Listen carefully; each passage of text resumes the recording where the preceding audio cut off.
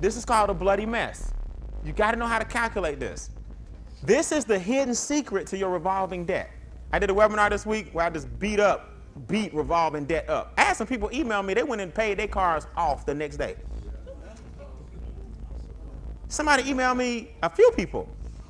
Brian, after seeing that webinar, I just went in and just paid it off. Made them that mad. I'm like, good. Because what you did, you cut into their game plan. They thought they were going to make X, but you went ahead and just knocked that off. Make sense? Now, he paid his car off, which I'm fine with that, but the webinar was about revolving debt. This is what kills you. Installment debt is paid off last. Revolving debt, you pay off when? That revolving debt gotta go. Revolving debt is a debt without a plan. Installment debt means you only have this for a certain term. Make sense? Usually on a term, the interest rate should be low. Okay, some people do the credit issues and stuff, even that can be high. But revolving debt, typically your interest rate is really what? High, because they gotta make the money while they can before you fill up the card. So they're gonna hit you for as much interest as possible because your debt is revolving. When you pay it off, you run it right back what? Pay it off, run it right back what? So the interest rate is typically higher. But when you understand this, you'll think twice about revolving debt. Is everyone ready? This is called the bloody mess. The bloody mess. Line at the top. Interest is the penalty you pay for the right to own something in advance that you cannot afford. Whew, that's a tipping point. That was a tipping point in my adult life when I heard that. I just heard that about 4 years ago. Interest is the penalty you pay for the right to own something in advance that you cannot afford. What you're saying is, I want it that bad, I'm willing to pay more for it than it's worth. I hope you really want it. Because now that you understand interest, and it's the eighth wonder of the what? You're not paying for it the way you think you are. Let me tell you something. If you have high interest, you're paying twice. You're paying the interest that's going forever into making somebody else somewhere. I explained that, right? But you know what you're also doing?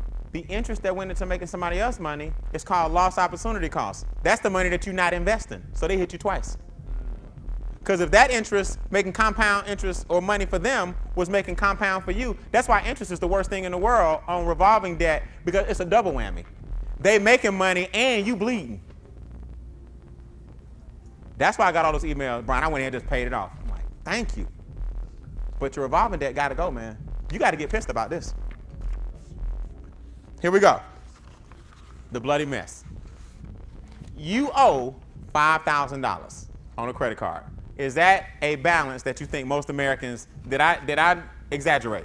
No. That's doable, right? You can do $5,000 on a Disney vacation with your kids. And that's before you come back home. Okay? $5,000. Now, you pay $100 a month. Put $100 a month on line 2. Now I'm going to show you this so you can understand why you will never get wealthy if you don't understand what wealthy people know about interest. Ever. So you pay $100 a month. Now, here is where they get you. Your interest rate is 21% on line 3.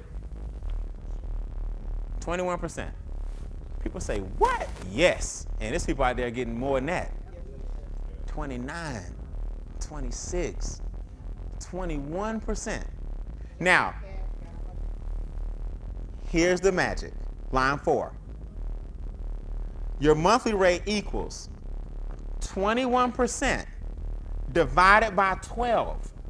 You gotta know, see, here's how they hide it. When you hear 21%, you think simple interest. There's a difference between simple interest and compound interest. Simple interest is if I make 20% on $100, I made 120 what? Dollars. Everybody got it? That's called simple interest. I give you 20% on this $100, that's 120. Compound interest is different. We saw that with the other example, am I right? So most people would never calculate number 4, how they're killing you monthly. You got to take the 21% divided by 12, it's 1.75. Now watch this. We took the 21% divided by 12 months. That's your monthly interest rate. Compounding every day. For 30 what? Days. Watch what happens to you. Line 5. equals 0.175. We got to turn our percentage into a decimal.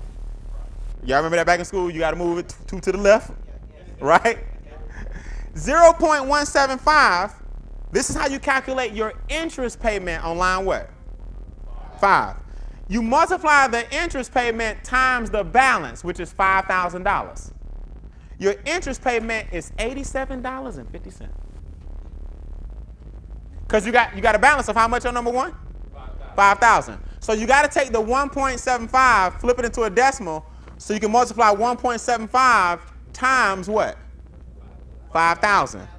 It's $87.50. For every payment you make, $87.50 is interest. Ding, ding, ding, ding, ding. Tipping point number 13. Your payment is what? 100. That means you'll be paying out. Let me get down to the results. Number 6. That means your principal payment is the difference between 100 and $87.50, which is $12.50. That's because you got this high-ass credit card. Are y'all with me on that? Yeah. So you paying, let me get this straight.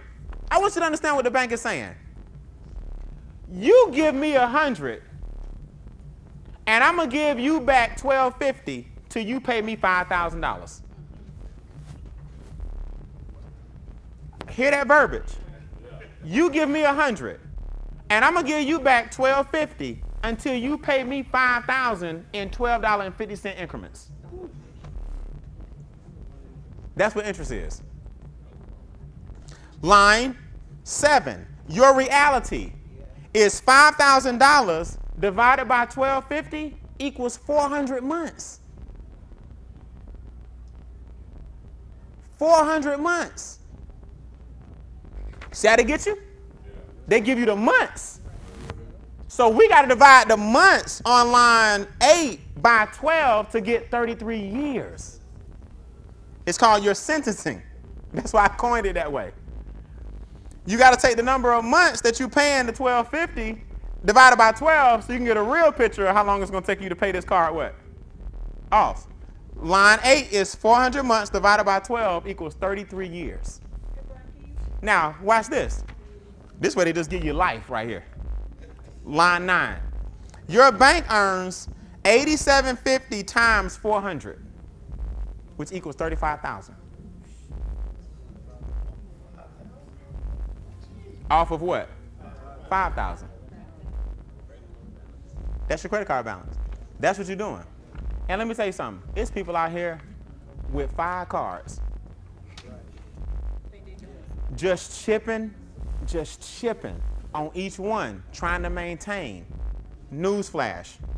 Go get the one with the highest interest rate and start tripling on him. Keep everybody else at minimum. I know, because I've been in credit card trouble before. I can talk about this because I know.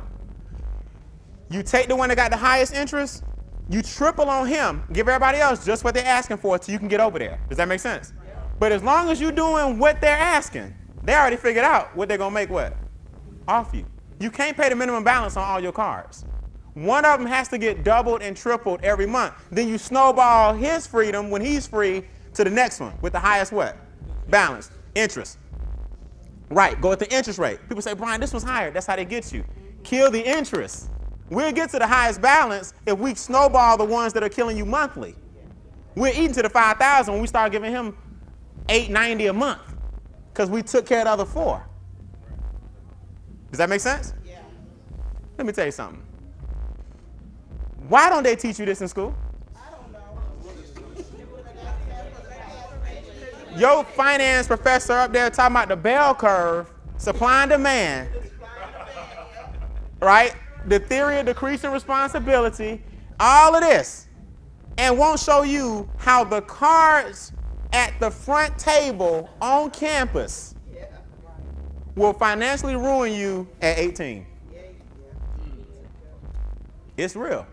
It's called capitalism. This the soil you live on, and guess what? This the sad part. This the best country in the world.